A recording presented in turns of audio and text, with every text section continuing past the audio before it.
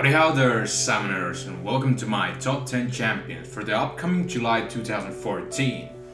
Like previously, I'll be giving out my 10 best picks for Summoner's Rift, while there will be 2 picks per each role. This is Hepodix and hope you enjoy.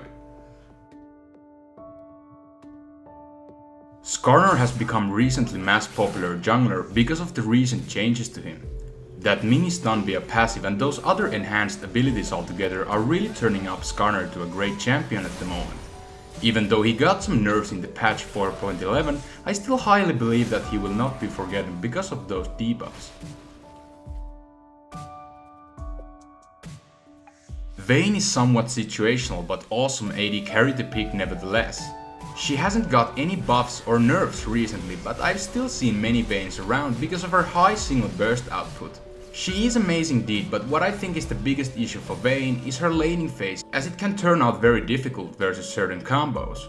Lifesteal is however something that got huge general nerf, and I gotta say myself, it really hurts any AD scaling champion who deserves for that stat.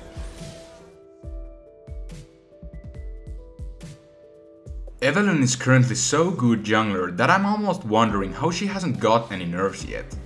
Her quick jungle clear time, solid ganks and those stealth mechanics makes up quite scary combination, especially in early stages of the game. She is counterable with vision wards, but still might be difficult to approach.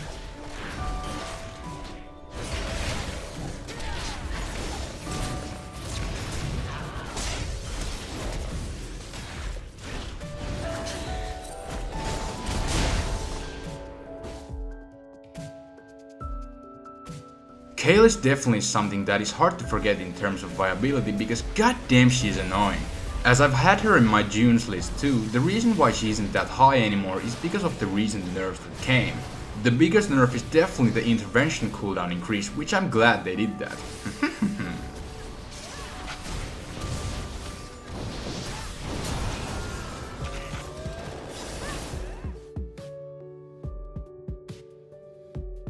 Jax is the dodge beast and well deserves the other top lane spot in this list.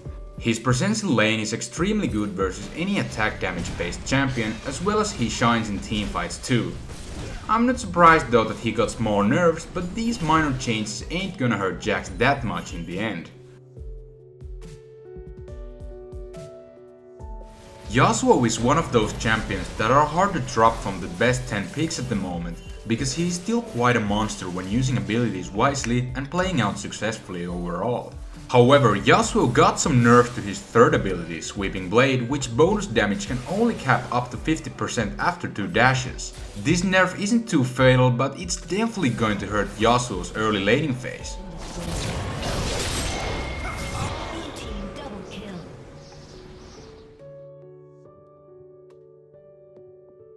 Braum is amazing support to carry out the bottom lane and still one of the most popular ones out there. There are a couple factors that affects why he isn't that high in this list anymore. First of all, the 4.11 patch notes hurts the passive somewhat, and the champion itself isn't that fresh anymore, so people knows better how to counter him. Supports like Morgana and Leona are extremely viable too, but there is one more coming that's still somewhat better in my opinion. What's up, son? The purifier Lucian still takes the cake of AD carries in this list because he is just so viable at the moment, and even Riot is aware of this, but they're just trolling us, aren't they? But as I've mentioned before, Lucian's all-around presence in every stage of the game and teamfights are one of the best and truly holds up versus many combinations around.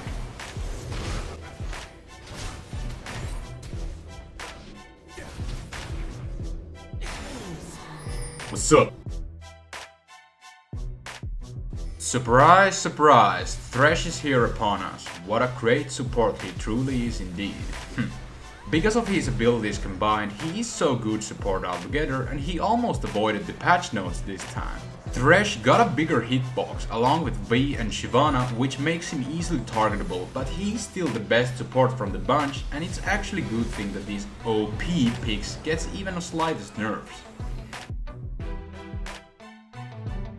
The Bestial Huntress Nidalee has gone some major changes in the past weeks, as she turned out quite excellent in my opinion, though different than before.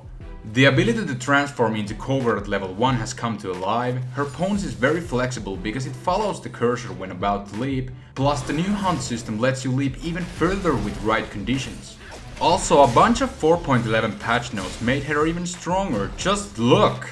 More HP, armor, new passive boost, more width to javelin toss, dear god, and bunch of other things like 50 range to this haunted pose. Holy Nidalee!